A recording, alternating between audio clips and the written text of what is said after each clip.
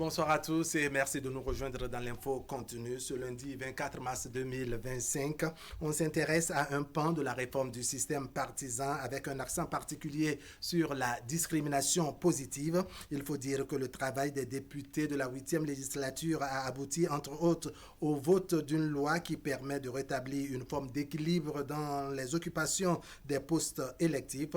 C'est ce que l'on a appelé discrimination positive. L'expérience a démarré avec la législature actuelle, la 9e donc, et cela a permis d'enregistrer un peu plus de femmes à l'hémicycle. Les femmes trônent également au niveau de certaines instances de prise de décision. Dans nos élaborations ce soir sur l'info continue, on essaie d'examiner la place des femmes dans l'administration et leur impact dans le fonctionnement des institutions et surtout dans l'animation de la vie publique. En plateau ce soir pour en parler, nous sommes avec Catherine Tawes, journaliste à l'ONTB. Catherine Tawes, bonsoir. Bonsoir. Bienvenue sur le plateau de l'info continue. En face de vous, nous sommes avec Odilon Nyonhwe. Odilon, bonsoir. Bonsoir. Allez, vous êtes promoteur de Flash Info Média. Vous êtes également le président du Conseil national des promoteurs de Web TV du Bénin. Merci vraiment de vous être montré disponible. Je vais adresser la toute première question à la femme. Honneur aux femmes. Vous permettez, Odilon, discrimination positive. Qu'est-ce que vous retenez de ce concept? Merci beaucoup, Wahab Alikara. Merci, ses amis téléspectateurs. Oui, quand on parle de la discrimination positive, ça appelle à beaucoup d'efforts de la part d'abord des femmes, ensuite de la part des gouvernants. Et on est heureux qu'aujourd'hui, que cela soit fait et que ce ne soit pas de l'utopie dans notre pays, et que les femmes sont logées quand même, même si on veut encore plus. Vous savez, quand on parle de la femme, on est très à l'aise de pouvoir dire que le chemin est encore long. D'accord.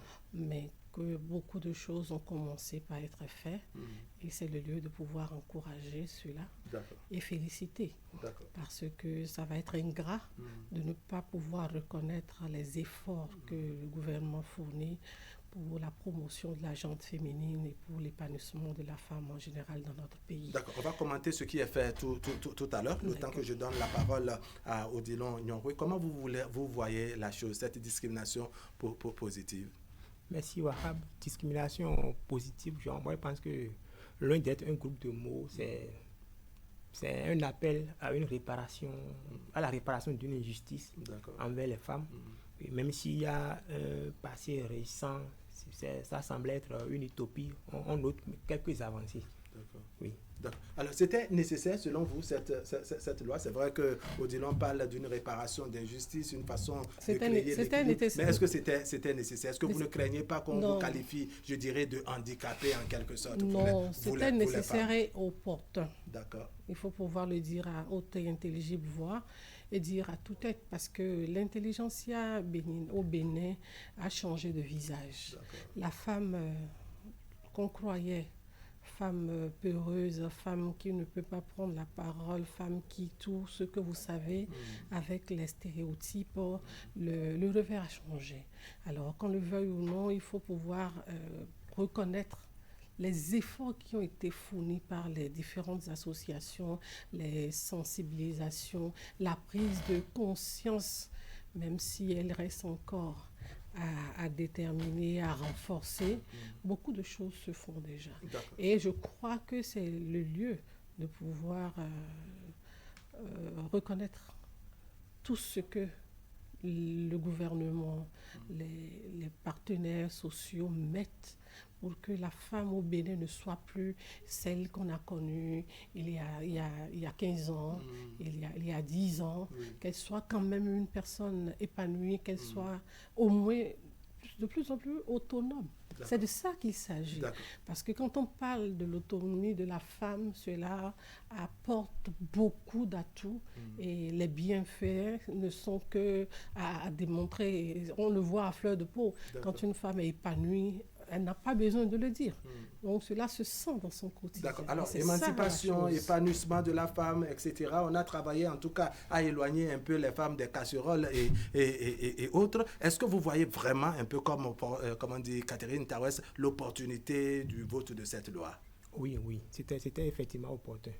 C'était opportun parce que, comme l'a dit Catherine, on notait une forme de discrimination, d'injustice, c'est-à-dire les femmes avaient envie de donner de la voix. Mais il y avait une sorte, un handicap qui les empêchait de s'extérioriser, de donner de la voix. Mais avec les lois qui ont été votées en leur faveur, on sent maintenant que on s'étonne même, on se demande même si on avait ces gens de femmes au Bénin. Alors concrètement, qu'est-ce qui a changé selon vous?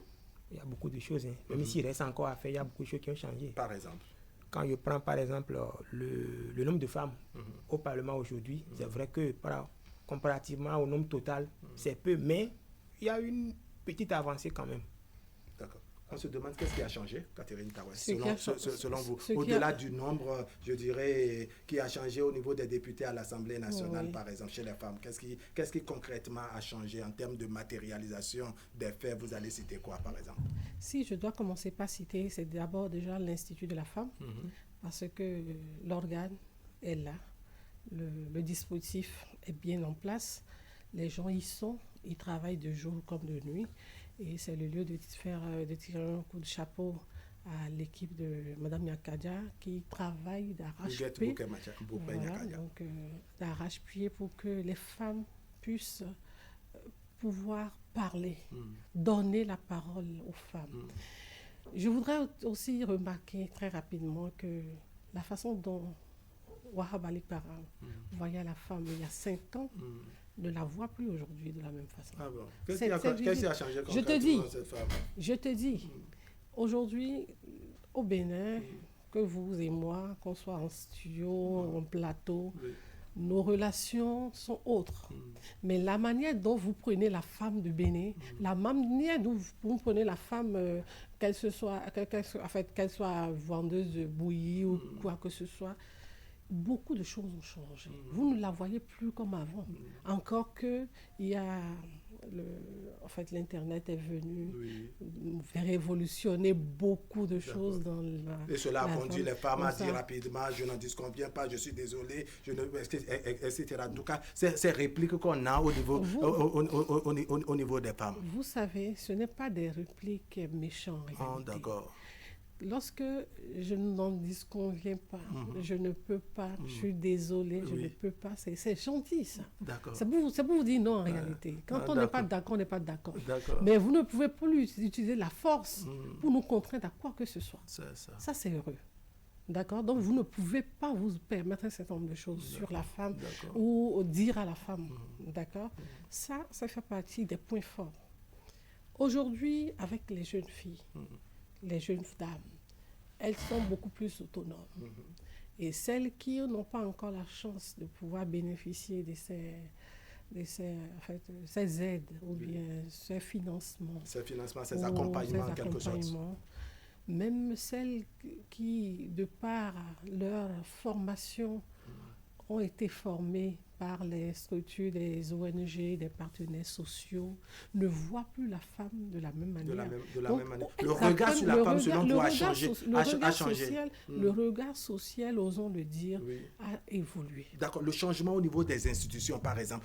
On prend le cas, par exemple, de l'Assemblée nationale, où on sait qu'en termes de positionnement et autres, ça aboutit à un nombre un peu plus élevé de femmes à l'Assemblée nationale. Est-ce que vous sentez, dans l'animation, le fonctionnement de l'Assemblée nationale, cette participation bien prononcée des femmes, par exemple? Sentez-vous leur présence au sein de l'institution parlementaire? C'est vrai qu'au-delà du nombre, en tout cas, personnellement, au-delà du nombre, on ne sent pas encore les impacts de cette avancée.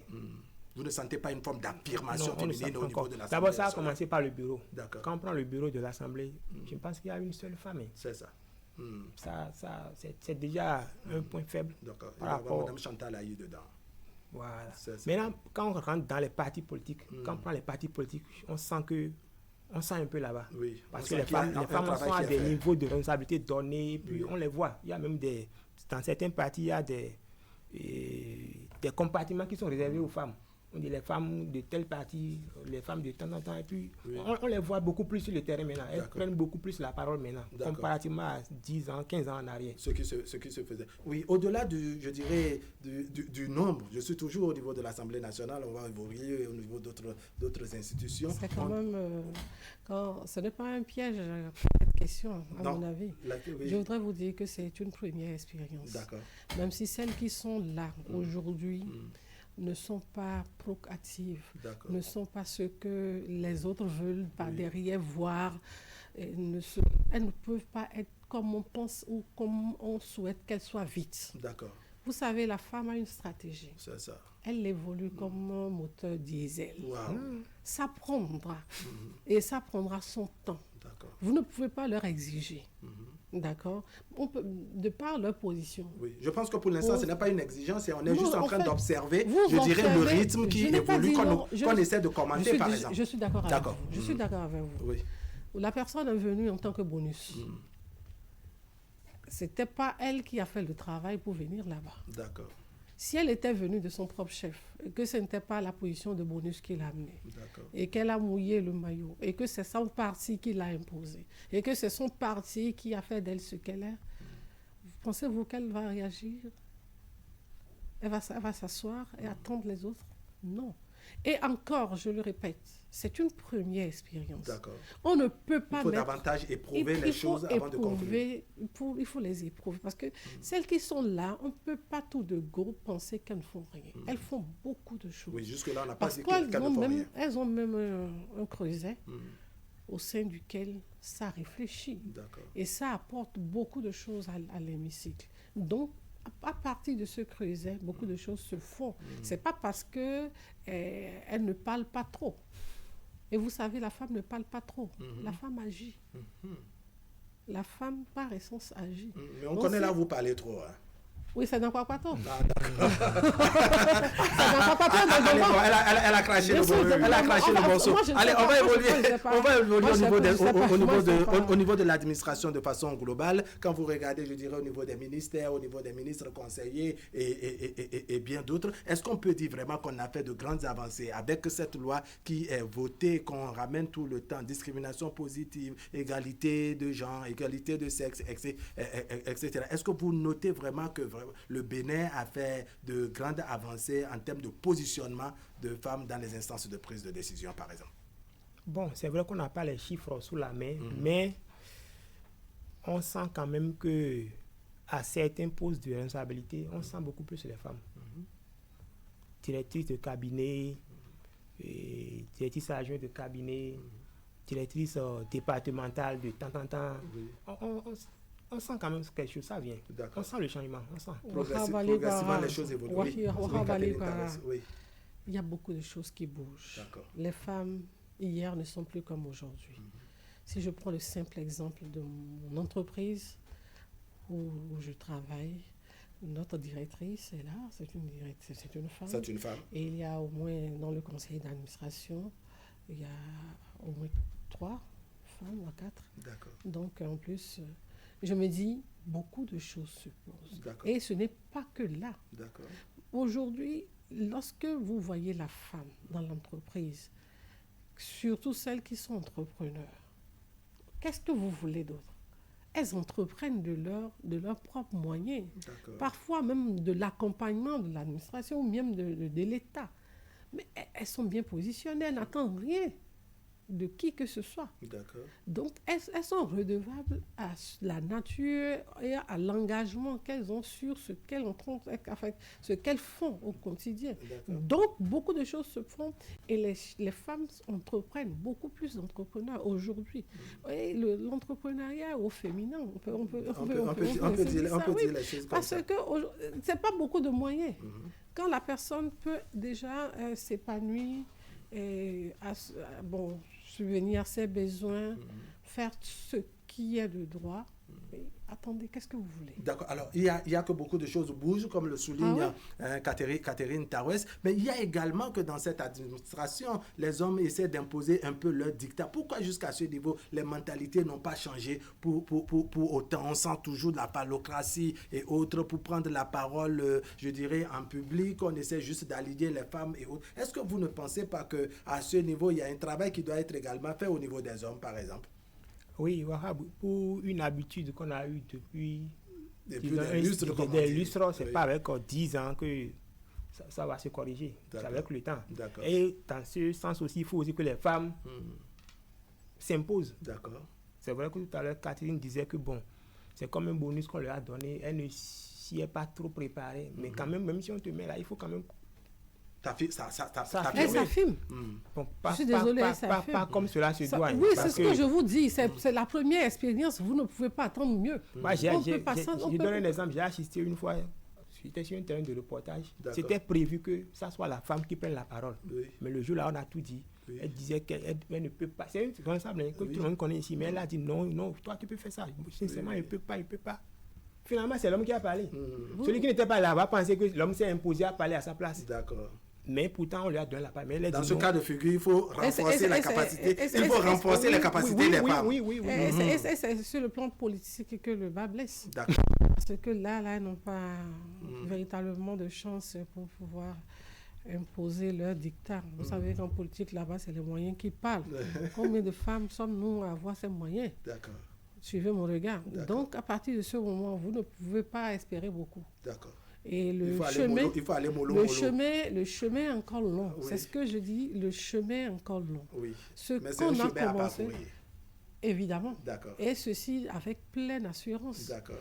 Pleine assurance et conviction. Parce que nous savons où nous allons en tant que femmes au Bénin désormais. Nous avons des objectifs à atteindre. On n'a pas à nous apitoyer sur notre sort de derrière ou bonus. Oui.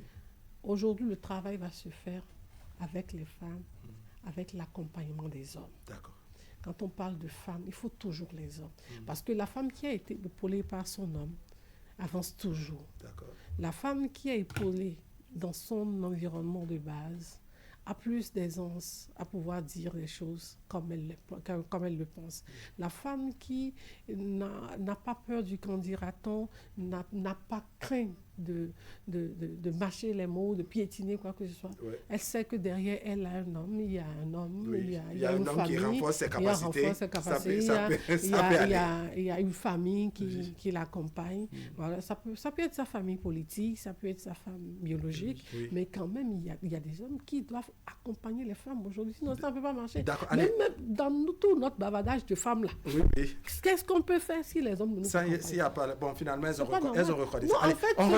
On va donner la parole à Odilon Nyonkwe. Odilon, je reviens sur cette question de mentalité. C'est vrai que vous l'avez souligné, on ne va pas prendre, je dirais, ce qu'on a vécu il y a des siècles à mettre l'homme devant et avoir le changement net en moins de 10 ans. Mais est-ce qu'on ne doit pas davantage travailler, accélérer un peu les choses en termes de changement de mentalité et permettre également aux femmes, parce que souvent, c'est trop facile de dire que les femmes ne s'affirment pas, mais il y a que ce sont les hommes, bien entendu, qui agissent, qui leur imposent le dictat et les appuient en quelque sorte. Non, je pense que sur ce plan, beaucoup de choses se font. Les ONG qui sont sur le terrain, bon, je ne vais pas appeler certains, mais il y a beaucoup de choses qui se font. Il y a des tournées, des formations pour le renforcement des femmes.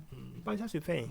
Il y a beaucoup d'ONG qui... Vous les trouvez trop fragiles qu'il faut les renforcer, c'est ça? Attendez, dans l'ombre, ce qui se passe. Oui. Dans l'ombre, ce qui se passe. Osez le dire. Vous appuyez sur notre tête et vous ne voulez pas qu'on crie. On va crier au secours et vous allez nous permettre d'avancer. Allez, on écoute Odilon, oui. Il y a beaucoup de formats de renforcement des capacités des femmes qui se font. Que ce soit dans les partis, dans les ONG, les groupements féminins et autres, là, ça se fait. Il y a la formation qui se fait. Alors, il y a une observation tout à l'heure de Catherine Tawes, c'est qu'il y a beaucoup plus dans l'animation de la vie politique, au sein des partis politiques, politique et autres, où on sent qu'on appuie un peu, les femmes. Quand je dis appuyer, c'est pour donner le sens de, on les enfonce un peu, on essaie de faire un peu barrière, j'allais dire, on essaie de faire barrage ou barrière au niveau des femmes. À quel moment on doit espérer, je dirais, un changement pour que vraiment les questions d'égalité et autres puissent réellement se faire sentir au niveau des formations je pense politiques. que sur ce plan, il faut qu'elle-même se... Parce que tout à l'heure, Catherine a dit, il y a aussi le côté financier un peu qui joue aussi. Oui. Bon, si tu sais qu'on t'a déjà donné une partie, on ne peut pas leur donner le pain, le beurre, tout, oui. quand même. Elle-même, si tu sais que tu vas à un combat, tu sais que bon, si pour les positionnements, c'est vrai, il y a un quota qui est réservé aux femmes, mais il y a aussi l'argent qui parle. Donc, elle-même, c'est pas seulement parler. Il faut aussi il faut s'armer aussi. S'armer financièrement, voulez-vous dire. Oui. Catherine Tawes sur la même question. Est-ce que vous avez l'intelligentsia nécessaire? Est-ce que vous avez, lorsque vous avez la fougue, lorsque vous avez la carrure, est-ce que vous avez la volonté? On ne peut pas vous positionner. Ah bon? Il faut attendre, il faut aider nous dans ce sens. C'est ça qu'on veut. C'est ça. On est intelligente dans la tête. D'accord. On a le savoir-faire. C'est pas au nom du jet, de l'argent, que vous allez engloutir les femmes dans leur position. C'est pas normal. Qu'est-ce que nous voulons? Une chose qui contraire? D'accord, beaucoup de choses viendront. Oui, progressivement. Mais ça prendra le temps. D'accord. De votre observation de la chose... C'est pourquoi je dis que le processus est certes long. Mais ça viendra progressivement. Mais qu'on le veuille ou non, nous allons atteindre. Vous êtes confiante? C'est clair dans ma tête. D'accord. Alors, au sein de votre observation, Odilon Nyonkwe, au sein des femmes elles-mêmes, comment, je dirais, cette discrimination positive se vit? Quand on sait que les femmes sont jalouses d'elles-mêmes, elles sont jalouses entre elles. Est-ce que vous sentez, vous observez, je dirais, la façon dont cette discrimination positive se gère entre les femmes? Comment ça se vit? Bon, c'est vrai que Catherine est bien placée pour répondre à cette question, mais les côtoyant un peu, je peux dire que même entre elles-mêmes là, elles ne saisissent pas cette chance qu'on leur donne. D'accord. Je prends l'exemple d'un parti où elles sont peut-être 20 femmes. D'accord. On positionne 5, mais les 15 restantes sont encore les premières à tout faire pour que les 5 qui ont été placées là ne soient pas... Il y en a qui vont même faire contre-campagne sur le terrain contre leur soeur qu'on a choisi là, qu'on a positionné. On a vu ça. Un peu du venin, quoi, comme on dit. Catherine Tawes, sur cette question de discrimination positive, la façon dont c'est vécu par les femmes. Pardon? Quand c'est bon, c'est bon. Quand c'est pas bon, c'est pas bon. D'accord. Il faut que les femmes se soutiennent. Et ça, c'est primordial. Ce qu'il dit, j'avale. D'accord. Les yeux fermés. D'accord. Parce que, vous savez... l'ennemi de l'homme n'est pas l'homme. D'accord? Dans ce sens, par rapport aux femmes. Donc, c'est celles qui n'ont pas la chance d'atteindre ces niveaux qui, au nom de la jalousie, mettent les bateaux dans les roues des autres. Et ça, c'est pas bien. C'est pourquoi il faut pouvoir s'entraider. D'accord? Et se serrer les coudes. D'accord. Et c'est urgent. Et c'est le message fort depuis un moment de beaucoup d'associations sur le terrain. D'accord. Parce que nous avons compris que nous sommes majoritaires. Vous les femmes. D'accord. Et à partir de ce moment, si nous arrivons à être unis, ou on arrive à ne serait-ce que s'entraider sur des plans donnés, mais nous allons soulever beaucoup de montagnes. D'accord. Allez. Odilon Nyonkwe, je vais vous amener sur un autre terrain, toujours sur l'animation de la vie politique et au sein de l'administration. Qu'est-ce que vous aurez souhaité, par exemple, quand on a parlé de discrimination positive et qu'on a des femmes un peu partout, en termes de changement, à quoi vous vous attendez concrètement? Bon, j'avoue que quand j'ai commencé par entendre... je dirais cette campagne de discrimination positive, moi je m'attendais à ce que quand on entend parler 10 hommes, que 8 soient à côté en même temps. D'accord. Ou bien quand il s'agit de prendre des positions, de prendre la parole, bien lors des prises de décision, aussitôt quand l'on parle, il faut qu'il y ait son alter ego femme qui agissent en même temps, mais c'est pas encore ça. On est dans quel Mais pays? il y a aussi Oui, quelque chose. Il y a aussi quelque chose. Il y a aussi, c'est vrai que quand on prend le compendium des femmes béninoises, il y a beaucoup de femmes côté intellectuel, il y en a. D'accord. Mais le potentiel ne manque pas au niveau ça des ne manque femmes. pas, mais à certains niveaux, la catégorie qu'il faut, souvent, on peine à avoir. Ça. D'accord, ça c'est votre... Et on est obligé de mettre un homme là. C'est votre observation. Catherine Tawes, qu'est-ce que vous attendez au moment où on parlait de discrimination positive dans l'administration et ses alentours, qu'est-ce que vous attendez également? En termes de changement, vous attendez à quoi en son temps? Oui. Il faut tenir compte de notre sociologie. Oui. Nous savons que chez nous, la place de la femme à côté de son homme ne lui permet pas un certain nombre de positions. D'accord. Ou de prise de position, ou même de pouvoir placer un mot par rapport à. Si elle n'a pas l'aval de son mari, si elle n'a pas le OK et son accompagnement, oui, c'est difficile. D'accord. Et cela fait Est-ce que si on transpose ça dans l'administration, ça sous-entend que la réaction des femmes est un peu subordonnée au OK, c'est-à-dire à l'aval des hommes. C'est ça? Ce n'est pas forcément le OK des hommes. D'accord. Aujourd'hui, quand on est une femme au Bénin, la manière dont on est femme ne dépend pas de votre éducation ou de votre cerveau ou bien de votre diplôme. Ça dépend de quoi selon vous? Ce que vous avez appris à la base. D'accord. Je suis femme, je dois respecter mon homme. Okay. Je suis femme, je dois tenir compte de ce que mon homme veut. Je suis femme, je dois faire en sorte d'être un exemple dans ma société. D'accord. Maintenant, vous êtes au boulot, vous êtes dans l'administration. Oui. Vous êtes dans l'administration, vous êtes nommé à un poste, vous êtes élu à un poste électif et autres, et vous collaborez avec des hommes. Dans ce cas de figure, il ne s'agit pas, je dirais, systématiquement de votre homme comme votre mari, à la maison. Mais ça veut dire qu'il faut toujours fonctionner comme si, vous avez affaire à un coq auquel il faut toujours se soumettre. Lorsque vous êtes dans l'administration et que vous devez gérer les hommes, c'est autre chose. Parce que le bâton de gestion des hommes n'a rien à voir avec la famille.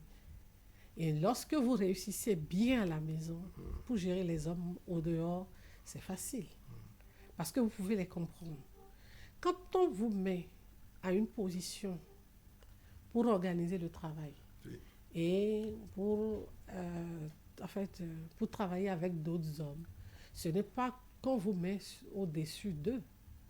Vous êtes au centre pour faciliter le travail et vous êtes au centre pour manager de façon que vous atteigniez des objectifs fixés au départ. D'accord. Parce que lorsque ça se passe comme ça, c'est que vous avez des objectifs à atteindre. Et donc, vous trouvez la manière d'y aller. Vous trouvez le mécanisme nécessaire de faire avancer les choses. Ce n'est pas en vous braquant comme chef-tel. Chef, c'est pas normal. Oui. Ce n'est pas de ça qu'il s'agit. Je vais rebondir sur le côté sociologique dont parlait Catherine. Ce n'est plus tellement ça maintenant. À cause de cette affaire de discrimination positive et autres, là, c'est pas, ça chauffe dans les foyers. D'accord. Et c'est ça qui fait même que beaucoup de couples volent en éclats. C'est ça. À cause de toutes les lois votées en faveur des femmes et autres. Là. Mais attention, Catherine. Vous savez, toutes les femmes ne respectent cette affaire chance... de mon homme doit... Non, elles sont émancipées, puis c'est... C'est tout autre chose. D'accord. C'est pas si le temps après qu'on parle des conséquences de ce qu'on dit, il ne manque pas de pertinence. Il se trouve que parfois, l'usage que certaines femmes ont, je dirais, de ce pouvoir, de cette parcelle, merci, que ça influence un peu, je dirais, la santé de leur foyer. C'est de la base qu'il s'agit. D'accord. Comment elles ont reçu. Allez, l'impératif du temps, on va faire un dernier tour de table. Quelle conclusion vous avez, n'est-ce pas, au-delà, au regard de notre thématique d'aujourd'hui? Bon, en conclusion, moi je remercie d'abord le gouvernement pour toutes les mesures qui ont été prises en faveur des femmes et j'encourage le gouvernement à continuer dans ce sens pour qu'on puisse sentir beaucoup plus les femmes au plan politique, administratif et autres. Sinon, je pense qu'on peut mieux faire. D'accord. Catherine Tawes. Oui, je crois que comme lui, je pense qu'il faille revoir les choses autrement, que les femmes ne soient forcément pas en bonus, mais qu'elles prennent le devant des choses pour pouvoir opérer le changement dont elles ont besoin pour leur vie et leur épanouissement. Et nous allons encourager les politiques publiques à faire en sorte que les femmes ne puissent pas dépendre forcément des bonus. D'accord. Donc, je vais remercier d'abord le gouvernement pour les efforts consentis et encourager et plaider pour que ce soit continuel.